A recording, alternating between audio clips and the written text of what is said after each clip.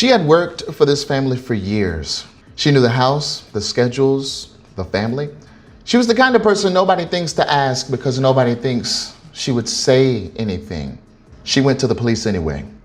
And what Sylvia Torres Gonzalez told a Colleyville, Texas detective on February 4th, 2025 in a recorded interview through an interpreter is the part of this story that almost nobody has covered until now. For years, she worked inside this family's home. She knew their schedules, their routines, their private life. She was the kind of person nobody expects to speak up because nobody expects the housekeeper to say anything at all. But she went to the police anyway. What Sylvia Torres Gonzalez told a Colleyville, Texas detective on February 4, 2025, in a recorded interview conducted through an interpreter, is a part of this story that has gotten almost no attention until now. Sylvia Torres Gonzalez was a longtime housekeeper for Joni Lamb. She was present at the 2021 Daystar Executive Retreat in Miramar Beach, Florida, the same beach house stay that later became the center of a dispute within the Lamb family. In that household, she was, in practical terms, part of the background, someone who sees a great deal and is rarely asked to say anything about it. By her own account on record, she had real reasons to stay quiet. She told the detective directly that she feared losing her job. She spoke to police anyway. Here is the documented sequence of events that led to her sitting in that interview room. Jonathan and Susie Lamb have alleged that in November of 2020, their young daughter, referred to throughout the police investigation only by the pseudonym Baby Lamb, told her mother she had been abused by a family member. Jonathan and Susie reported the allegation to police. The case remained open with the Colleyville Police Department for over a year before being closed without charges, after the department stated the child had not made a formal outcry to investigators. Daystar, along with the individual the Lambs identified as the alleged perpetrator, has denied the allegations entirely. Joni Lamb stated publicly that the allegations were fabricated. That denial is their position, stated on the record, and it belongs in this account. In January of 2025, after the case had already been closed, Jonathan and Susie Lamb filed a Freedom of Information Act request for the police interview recordings. Those recordings were obtained through that request and later published through investigative reporting. What they contained was not what most outside observers expected. Colleyville Police Detective Nick Garcia interviewed multiple people in the early weeks of 2025. Among them were Rebecca Lamb Weiss, Joni's daughter and Jonathan's sister, and her husband Jonathan Weiss. Also among them on February 4, 2025, was Sylvia Torres Gonzalez. According to her account, given through an interpreter, Gonzalez described the morning of the incident at the beach house. The child asked Susie if she could go swimming. Susie told her to go upstairs and change into her bathing suit. Josh Brown, Rachel Lamb's husband and Daystar's director of business development, and the person the Lambs identified as responsible for the allegations, was in the kitchen area at the time. The child went upstairs. According to Gonzalez, Josh Brown followed her. That account, coming from the family's own longtime housekeeper, aligned with Susie Lamb's version of events. It stood in contrast to Joni Lamb's public defense of Josh Brown. Gonzalez also told the detective something the interview notes specifically captured. She said her fear wasn't of the investigation or the legal process. It was of her employer. She said she worried that telling the truth about what she'd seen would cost her the job. Through the interpreter, she told Garcia that much of what Susie Lamb had said was true. When asked why she hesitated to come forward, the interpreter relayed that her husband had told her she needed to tell the truth, that when she asked what would happen if she lost her job, he told her the truth would set her free. That statement came from a woman who had cleaned this family's house for years, who had nothing to gain from speaking and everything financial to lose, sitting across from a police detective on a recorded video saying that what she knew about that morning supported the account the people who employed her had publicly denied. The other side of this needs to be stated with equal weight because both accounts belong in this story. Josh Brown gave his own police interview on May 14, 2025. In an hour-long recorded conversation with Detective Garcia, Brown stated that he is innocent of every accusation made against him, including the specific claim about that morning at the beach house. He described what he called 4 years of ongoing hardship connected to the allegations. Brown told Garcia he believed the accusations were motivated by Jonathan Lamb's frustration over not being named Joni's successor at Daystar. He also described receiving at least one death threat as a result of the public attention this story has generated, calling the experience a nightmare to live through. Rebecca Lamb Weiss and her husband Jonathan Weiss also gave police interviews. According to investigative reporting on those interviews, their accounts included what they had heard from Gonzalez about the Miramar Beach incident and were consistent with her version of events rather than Josh Brown's. Colleyville police ultimately closed the investigation. A department spokesperson stated that the child had not made a formal outcry during the investigation and that detectives found no evidence of a crime. No charges were filed against anyone. Josh Brown has never been criminally charged. In public statements, the Lamb said they were not surprised by the closure, given the child's age and the surrounding circumstances. Susie Lamb has stated publicly that when her daughter is ready to speak, she will, and that the case will then be reopened. Texas has no statute of limitations on these types of charges, meaning the case can legally be reopened if new evidence emerges. After the investigation closed, Daystar released a statement saying the absence of evidence of wrongdoing confirmed, in their words, that there had never been any mishandling by Daystar or its leadership. That is their stated position, published on their own platform after the case was officially closed. Here is what this particular story is actually about, and it isn't the closed police investigation itself. It's about a woman named Sylvia Torres Gonzalez, who worked for a family with real power over her livelihood, who sat in a police interview room and said on the record that what she knew about that morning in Miramar Beach was true. She had no lawyer, she had no publicist, she had nothing to gain from speaking. She had a husband who told her the truth would set her free, and she chose to believe that. Across the entire documented history surrounding this network, the board meetings, the NDAs, the salary figures, the real estate holdings, the donor letters, none of it is really the center of this particular account. Sylvia Torres Gonzalez is the only person with direct, first-hand knowledge of the 2021 beach house incident who is not a member of the Lamb family, not employed by Daystar in an executive role, and not financially dependent on the outcome of this story in any meaningful way beyond the most basic one, the risk of losing her job for telling the truth. She told the truth anyway. This story has been building toward a fuller public accounting since November of 2024. Lawyers have exchanged letters. Board meetings have been recorded. NDAs have reportedly been offered and refused. Donors have written in asking where their contributions went. The network's financial records have remained largely closed to the public, and through all of it, some of the most clarifying testimony in the entire documented record came from a woman who cleaned the house, who feared losing her job, and who chose to speak honestly anyway, because her husband told her it would set her free. The sourcing behind this account includes the Roy's Report, the investigative outlet that obtained the police interview recordings through the Freedom of Information Act request filed by Jonathan and Susie Lamb, and subsequently published them. Additional sourcing includes Colleyville Police Department's own case records, Detective Nick Garcia's interview notes, Josh Brown's on-record interview,